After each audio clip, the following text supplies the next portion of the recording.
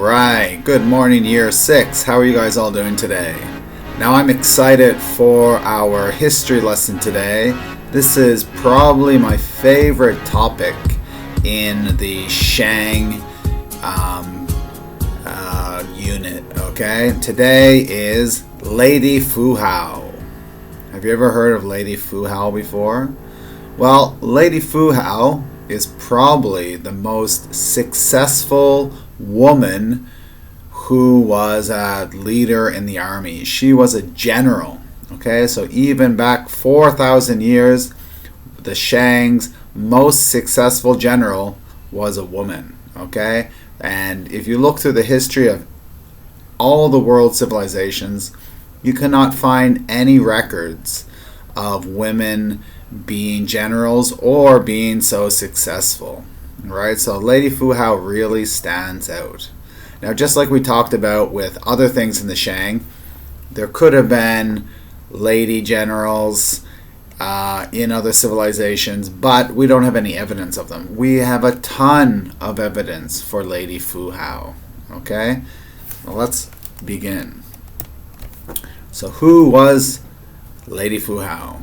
She was one of the many wives of King Wuding, but also a general and a high priestess, as well as controlling her own territory on the outskirts of the empire. Alright, so Wuding was the king. He had many wives, but she was very powerful. She was the first female military leader in known history. She was clearly held in high regard by the emperor, as it was rare for women to perform ritual ceremonies. So she was a priestess, a female priest. She could do the oracle bone readings.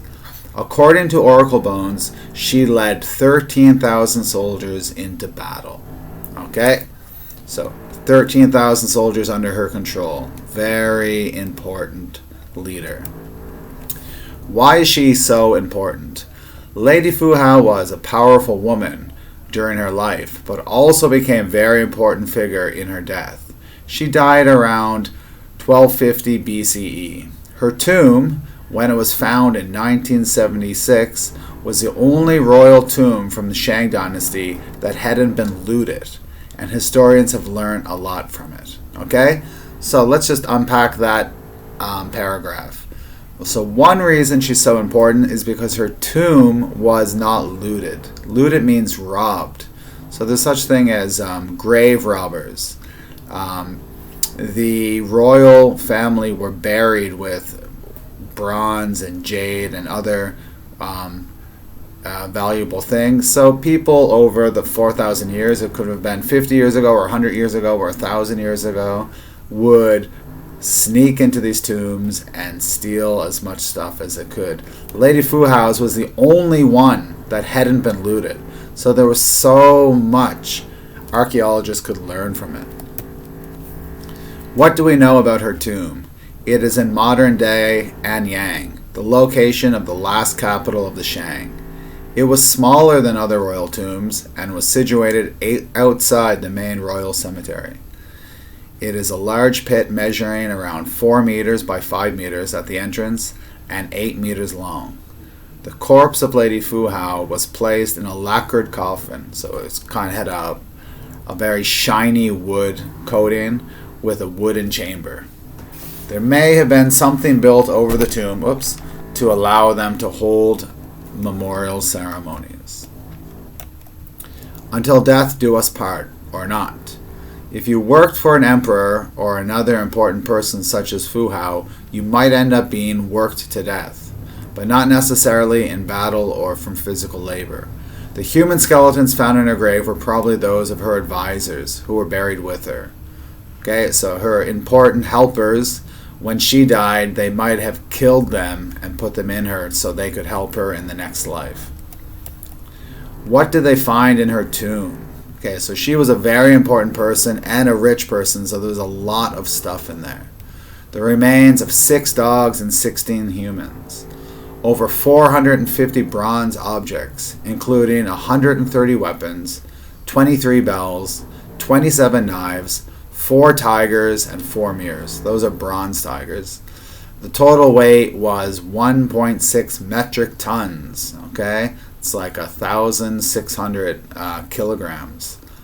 And they showed how rich of a family they were. Over 750 jade objects, 63 stone objects, 5 ivory objects, over 500 bone objects, mainly bones from hairpins. She loved hairpins. And some arrowheads. 11 pottery objects and almost 7,000 cowrie shells. And that was the equivalent of Shang money then, the cowrie shells.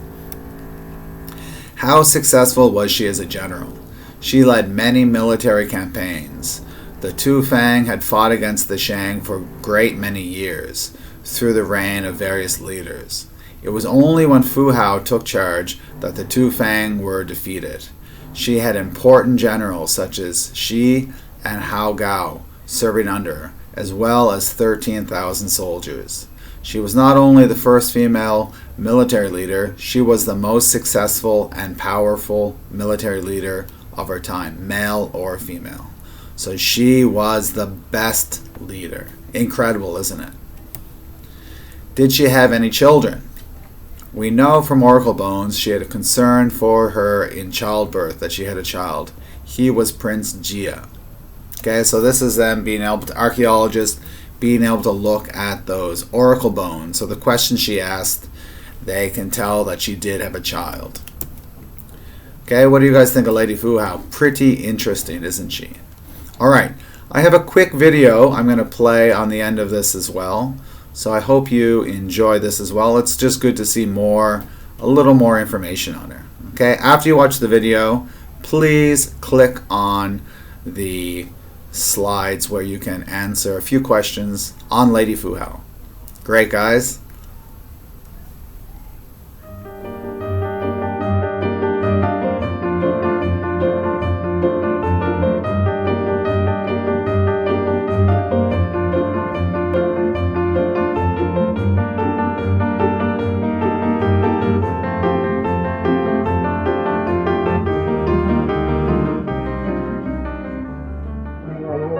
茼蒿在那个皮儿上有2个，我一看，哎，不好。